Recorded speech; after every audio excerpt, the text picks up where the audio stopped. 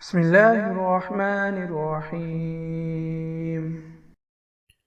شعبان کی تاریخ یاد رکھنے کا اہتمام کرنا۔ آپ صلی اللہ علیہ وسلم شعبان کی تاریخوں کو یاد رکھنے کا حکم فرماتے۔ حضرت رافع بن خدیج رضی اللہ تعالی عنہ کی روایت میں ہے کہ آپ صلی اللہ علیہ وسلم فرمایا کرتے تھے، شعبان کی تاریخوں کو رمضان کے لیے یاد رکھا کرو۔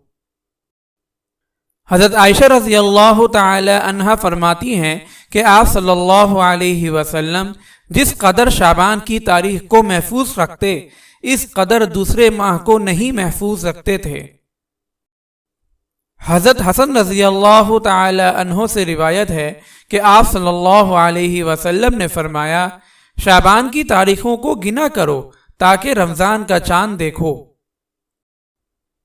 فائدہ: تاریخ اسلام کو یاد رکھنے اور چاند دیکھنے کی بڑی تاکید ہے۔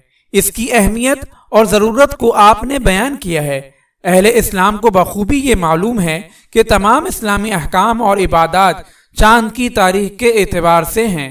عدت، کفارہ، روزے، حج، رمضان، عید وغیرہ سب اسی چاند کے اعتبار سے ہیں۔ اسی طرح ماہانہ اور سالانہ امور میں بھی اسی چاند کا اعتبار ہے۔ بغیر چاند اور اس کو دیکھے یہ احکام شرعیہ ادا ہی نہیں ہو سکتے۔ اس لیے چاند کی تاریخ کو محفوظ رکھنا اور چاند کا 29 تاریخ کو دیکھنا اور اس چاند کے متعلق شرعی امور کو نافذ کرنا امت پر فرض کفایہ ہے۔ اگر آپ اس صدقہ جاریہ میں شامل ہونا چاہتے ہیں تو چینل کو سبسکرائب کریں اور لائک اور شیئر کرنا نہ بھولیں۔ جزاک اللہ خیرا۔